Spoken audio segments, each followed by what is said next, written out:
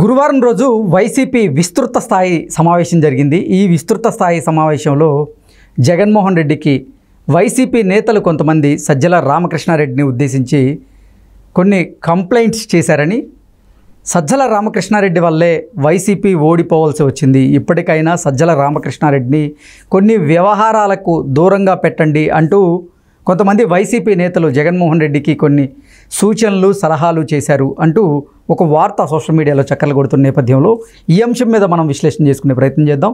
ప్రస్తుతం మనతో పాటు ఉన్నారు తెలుగుదేశం పార్టీ అధికార ప్రతినిధి సూర్యదేవర్ లత గారు. లత గారితో మాట్లాడదాం. లత గారు నమస్తే అండి. నమస్తే.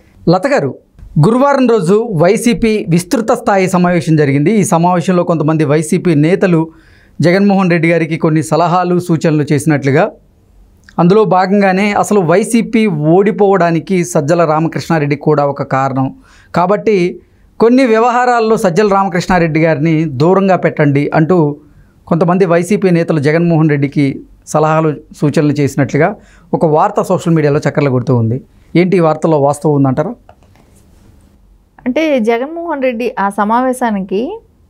రెడ్డి పెట్టిన ఆ సమావేశానికి ఎంతమంది వచ్చారు?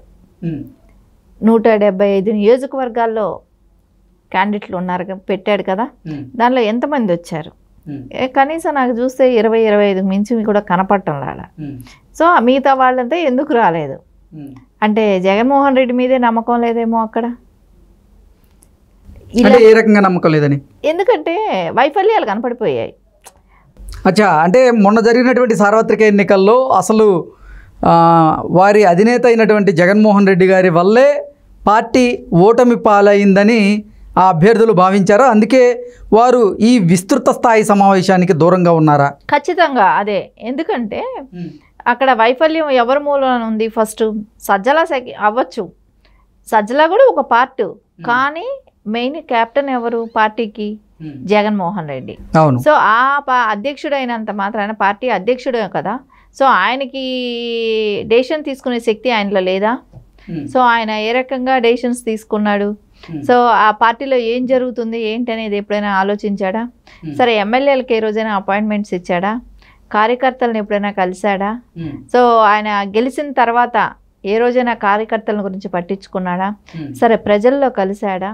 ప్రజలు అంటేనే ఒక భయం అనేది ఏర్పడిపోయింది జగన్మోహన్ రెడ్డికనే అనిపిస్తుంది. అంటే దానికి కారణాలు కూడా మనకు కనపడుతూనే ఉన్నాయి. ఆయన పరదాలు కట్టుకొని వెళ్ళటం కానివ్వండి, ఆ చెట్లు నరుక్కుంటా వెళ్ళిన విధానం కానివ్వండి, 3-4 కిలోమీటర్లకే హెలికాప్టర్ ప్రయాణాలు చేయటమే కానివ్వండి. మీరేమో అసలు జగన్మోహన్ రెడ్డి ప్రజలతో కలవట్లేదు, ఆయన ప్రజల్లోకి రావాలంటేనే భయపడుతున్నాడు అంటూ మీరు చెప్తూ ఉన్నారు.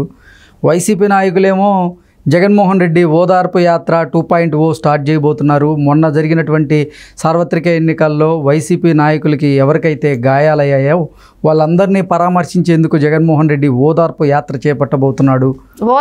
ఓదార్పు యాత్ర కన్నా శవయాత్ర అంటే బెటర్గా ఉంటుంది ఇది. ఎందుకంటే రాజకీయాల్లో ఈయన జగన్మోహన్ రెడ్డి ఎప్పుడైతే అధికారం మీద వ్యామోహం పుట్టి సీఎం కావాలనే అధికార వ్యామోహంతో స్టార్ట్ చేసిన దగ్గర నుంచి చూస్తే, తండ్రి చనిపోయిన దగ్గర నుంచి చూస్తే శవ రాజకీయాలే చేసుకుంటూ వచ్చాడు. ఎక్కడ ఆయన నేను ఇది చేశాను ఇది చేస్తాను అంటే ఇప్పుడు శవ రాజకీయాలు చేయాల్సిన అవసరం ఏంది? ఆల్రెడీ ఎన్నికలు జరిగాయి, ఎన్నికల ఫలితాలు కూడా వచ్చాయి. ఎన్నికల ఫలితాల్లో ప్రజలు ఒక స్పష్టమైనటువంటి తీర్పు కూడా ఇచ్చారు. వైసీపీని అధికారం నుంచి దించేశారు. ఇప్పుడు మళ్ళీ శివరాజకీయం చేయాల్సినటువంటి పరిస్థితి జగన్మోహన్ రెడ్డికి. సింపతి క్రియేట్ చేసుకుంటున్నాడు, సింపతి క్రియేట్ చేసుకుందామని ప్రజల్లోకి వెళ్తానని చెప్తున్నాడు. ఆయన ఓడిపోయాడని కూడా జనాలు చచ్చిపోయారంట. అంటే అట్లాంటి వాళ్ళు ఎంతమంది ఉన్నారో తెలియట్లేదు, కానీ జగన్మోహన్ రెడ్డి ఓడిపోయాడని చచ్చిపోయిన వాళ్ళు నేను చూడలేదు. అంటే వైసీపీ కార్యకర్తలు కానీ వైసీపీ అభిమానులు ఎవరైతే ఉన్నారో వారు వైసీపీ ఓడిపోవడాన్ని జీర్ణించుకోలేకపోయారు. జీర్ణించుకోలేక కొంతమంది ప్రాణాలను కోల్పోయారు. వారి కోసం కూడా ఓదార్పు యాత్ర చేపట్టబోతున్నట్టుగా వైసీపీ నాయకులు చెప్తున్నారు. కొన్ని వార్తలు కూడా ఆ రకంగానే వస్తున్నాయి. అన్నా, ఓడిపోతే కూడా చచ్చిపోయా ఉన్న వాళ్ళని నేను చూడలేదండి. ఇప్పుడు నాకు తెలిసి ఇన్ని రాజకీయాలు జరిగాయి, ఏ రాజకీయాల్లో కూడా ఇప్పటి వరకు అలాంటి వీళ్ళు చెప్పే అట్లాంటి హాస్యాస్పదమైన రాజకీయాలు చూడలేదు. ఎందుకో తెలుసా, ఎప్పుడు కూడా ఇట్లాంటి డిస్కషన్ కూడా రాలా. ఈ జగన్మోహన్ రెడ్డి లాంటి దేశోద్ధారకుడు ఆయన ఓడిపోయారని, సో చనిపోయిన వాళ్ళు ఉంటారనేది అంటే ఇంకా ఇంకొకసారి కూడా వినమేమో, ఏ రాజకీయ నాయకుడి విషయంలో కూడా వినమేమో, జగన్మోహన్ రెడ్డి గారి విషయంలో వినాల్సి వస్తుంది. దురదృష్టకరమైన విషయం ఇది. ఏంటంటే అంటే అసలు వైసీపీ అధికారాన్ని కోల్పోయిన తర్వాత ఎవరు పిచ్చా ఎర్రా ఇలాంటి క్వశ్చన్ మీరు అడగటం నేను దీనికి సమాధానం నేను క్వశ్చన్ అడగడం కాదండి. అంటే వాళ్ళు ఇప్పుడు అదే చెప్పేది, అది మీరు అడిగే విషయం నేను ఒప్పుకుంటున్నా. అలాంటివి సర్క్యులేట్ అవుతున్నాయి. అతను బహిరంగంగా చెప్పడం కూడా వాళ్ళు ఏం చెప్తున్నారు, వైసీపీ వాళ్ళు ఏం చెప్తున్నారు, మా పార్టీకి సంబంధించినటువంటి కొంతమంది కార్యకర్తల మీద దాడులు జరిగాయి, ఆ గాయపడిన వారిని మేము పరామర్శించేందుకు వాళ్ళలో భరోసా నింపేందుకు మేము మళ్ళీ ఓదార్పు యాత్ర చేయబోతున్నామని ఒక వర్షను. అలాగే మొన్న వైసీపీ ఓడిపోయిన తర్వాత ఆ ఓటమిని జీర్ణించుకోలేక కొంతమంది ప్రాణాలు కోల్పోయారు, వారి కుటుంబాలకు కూడా మేము భరోసా ఇస్తాము అంటూ వైసీపీ నాయకులు చెప్తూ ఉన్నారు. మేము అడిగేది కాదు, వాళ్ళు చెప్తున్నటువంటి నేపథ్యంలో అసలు అంటే వైసీపీ అధికారాన్ని కోల్పోయిన తర్వాత కొంతమంది ప్రాణాలు కోల్పోయారు అన్న దాంట్లో అసలు వాస్తవం లేదంటారా? ఖచ్చితంగా అది వాస్తవమే కాదు. అబద్ధాలు చెప్పటంలో వెన్నతో పెట్టిన విద్య జగన్మోహన్ రెడ్డి గారిది. సో ఆ అబద్ధాలతో మళ్ళా నెట్టుకొద్దామని చూస్తున్నాడే కానీ అది నెట్టుకొచ్చే పరిస్థితి లేదు. మునిగిపోయిన పుట్టిని ఎవడో లేపలేడు, అయిపోయింది, దాని చరిత్ర క్లోజ్ అయిపోయింది. ఈ జగన్మోహన్ రెడ్డి నిన్న మీటింగ్ పెడితేనే ఎంత ఫ్లాప్ మీటింగ్ పెట్టాడో, ఆ సమావేశానికి ఎంతమంది వచ్చారని చూసినప్పుడే మనకు అక్కడ అర్థమైపోతుంది. ఇప్పటికే పక్క చూపులు చూస్తూ ఉన్న కొంతమంది, అదే విడుదల రజనీ లాంటి వాళ్ళు కూడా కొంతమంది, మాజీ మినిస్టర్స్ అయినా కూడా కొంతమంది ఉన్నారు, వాళ్ళందరూ కూడా ఇప్పటికి బీజేపీ డోర్స్ దగ్గరికి వెళ్ళిపోయారు. విస్తృత స్థాయి సమావేశాలకు కూడా ఎవరు కూడా రాని ఇది మనకు కనపడతానే ఉంది ఇప్పుడు అక్కడ. ఎందుకంటే జగన్మోహన్ రెడ్డి గారిని నమ్మే పరిస్థితి నాయకులకే లేదు ఇప్పుడు. సో ఆయన రేపు పొద్దున ఎందుకంటే ఆయన సీఎంగా ఉన్నప్పుడే ఆయన ఒక ఎమ్మెల్యేగా నియోజకవర్గానికి, అంటే ఆయన సీఎం క్యాండిడేట్, ఆ నియోజకవర్గంలో అభ్యర్థిగా నిలబెట్టిన ఎమ్మెల్యే క్యాండిడేట్ కూడా ఆయన ప్రచారానికి సిద్ధం సభలకు వెళ్ళినప్పుడే వాళ్ళు జంప్ అయ్యారు, వాళ్ళు లేరు. అలాంటిది ఇప్పుడు ఒక ప్రతిపక్ష హోదా కూడా లేదు, ఒక పార్టీ అధ్యక్షుడిగా వెళ్లాల్సి వస్తుంది. ఏ నియోజకవర్గంలో అయితే కంటెస్ట్ చేశారో ఆ క్యాండిడేట్ ఈయన వెనకాల వస్తాడా? ఆ నమ్మకం ఉందా జగన్మోహన్ రెడ్డికి? లేదు, ఖచ్చితంగా ఆ నమ్మకం కూడా లేదు. సో ఇదంతా ఏంటంటే ఈ డ్రామాలు, నా కోసం ఇంతమంది ఇప్పుడు చనిపోయారంటే ఇంకా లిస్ట్ వేసేస్తాడు. ఎవరెవరు అనారోగ్యంతో చనిపోయిందో, సూసైడ్, వాళ్ళ కుటుంబ బాధలతో సూసైడ్ చేసుకొని చచ్చిపోయిన వాళ్ళే కానివ్వండి, యాక్సిడెంట్లో చచ్చిపోయిన వాళ్ళే కానివ్వండి, ఇలాంటి అంటే ఏదైనా ప్రమాదం జరిగి చనిపోయిన వాళ్ళే కానివ్వండి, ఇట్లాంటి వాళ్ళని అందరినీ కూడా లెక్కలేసేసి ఈ నా మూలాన నేను ఓడిపోయాననే బాధతో చచ్చిపోయారని చెప్పేసి ఇంక స్టార్ట్ చేసేస్తాడు.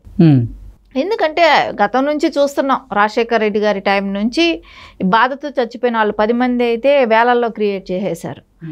అట్లాగా ప్రతి ఒక్కళ్ళని కూడా అక్కడ దోషుల్ని వాళ్ళని వీళ్ళు కాపాడుకునే దానికోసం, వీళ్ళ రాజకీయ భవిష్యత్తు కోసం అవతల వాళ్ళని ప్రాణాలతో కూడా చెలగాటం ఆడతాడు. అంటే ఇక్కడ శవ రాజకీయాలు చేస్తాడు. అంటే ఆయనకి ఎప్పుడూ కూడా ఓదార్పు యాత్రలు అనేది శవాల్ని అడ్డం పెట్టుకొని ఓదార్పు యాత్రలు అనేది స్టార్ట్ చేయటం మొదలు పెడతాడు. ఎందుకంటే వృద్ధుల పెన్షన్ టైంలో కూడా మనం చూసాం 33 మంది వృద్ధుల్ని ఏ రకంగా అయితే చనిపోయారనేది. సో ఎలక్షన్ బిఫోర్ నుంచే కూడా స్టార్ట్ చేశాడు. ఇప్పుడు అది కొనసాగిస్తాడు. ఇంక ఈ 5 ఏళ్ళు ఈ రకంగా నేను ఓడిపోయానని చనిపోయారు అంటూ డ్రామాలు స్టార్ట్ చేస్తాడు. కానీ ఆయన డ్రామాలు నమ్మేదానికైతే ప్రజలు సిద్ధంగా లేరు. ఇంకోటి, ఎవరైనా అభివృద్ధి కోరుకుంటారు, వాళ్ళ పిల్లల భవిష్యత్తు బాగుండాలని కోరుకుంటారే కానీ ఇట్లాంటి ఓదార్పు యాత్రల కోసం డ్రామాలు చేసే వ్యక్తుల్ని ప్రోత్సహించాలని అయితే ఎవరు కూడా నిన్న జరిగినటువంటి వైసీపీ సమావేశంలో మనం చూసుకున్నట్లయితే సజ్జల రామకృష్ణారెడ్డి గారు వెనక కూర్చున్నటువంటి నేపథ్యంలోనే జగన్మోహన్ రెడ్డి గారు ఇక సజ్జల రామకృష్ణారెడ్డిని దూరం పెట్టారు. ఈ వైసీపీ నాయకుల సలహాల మేరకే జగన్మోహన్ రెడ్డి కొన్ని రోజుల పాటు సజ్జల రామకృష్ణారెడ్డిని దూరం పెట్టబోతున్నారంటూ కొన్ని వార్తలు అయితే వస్తున్నాయి. దీని మీద ఏమంటారు? ఇప్పుడు సజ్జల గారిని పక్కన పెట్టడం నిజమే. ఎందుకంటే ఆయన సకల శాఖ మంత్రిగా ఉన్నప్పుడు, అంటే అధికారం ఉన్నప్పుడు ప్రతిదానికి ప్రెస్ ముందుకు వచ్చారు, మాట్లాడారు. కానీ ఇప్పుడు మాట్లాడటం లేదు. అది వాళ్ళ కొడుకుది సజ్జల భార్గవ్ రెడ్డికి కూడా సోషల్ మీడియా నుంచి తీసేయటం జరిగింది. సో అది కూడా లేదు. సో వీళ్ళని కొంచెం పక్కన పెట్టినట్టు చూపిస్తున్నారు. రేపు పొద్దున మళ్ళీ అవసరం వస్తే వాడుతారు, కానీ ఒక అస్త్రం లాంటి వాళ్ళే వీళ్ళందరూ పక్కన పెట్టుకొని ఉంటారు. అవసరం ఉన్నప్పుడు మళ్ళీ వాడతాడు. ఇది ఇప్పుడు కొంచెం రోజులు డ్రామా నడిపిస్తున్నాడు. దాన్ని నమ్ముతారా లేదా నాయకులు, కార్యకర్తలు, ఇవన్నీ చూడాల్సిన అవసరం ఉంది. కానీ ఇది ఇప్పుడు ఏంటంటే అనిపిస్తుంది, నిన్న షర్మిల గారు చెప్పిన తర్వాత క్లియర్గా ఒకటి మెసేజ్ అయితే వెళ్ళిపోయింది పార్టీలో వాళ్ళ పార్టీలో కూడా వెళ్ళిపోయింది. ఇలాంటి చిన్న చిన్న కాలువలన్నీ వచ్చి సముద్రంలో కలవాల్సిందే అని. అది ఏ పార్టీని ఉద్దేశించి చెప్పింది?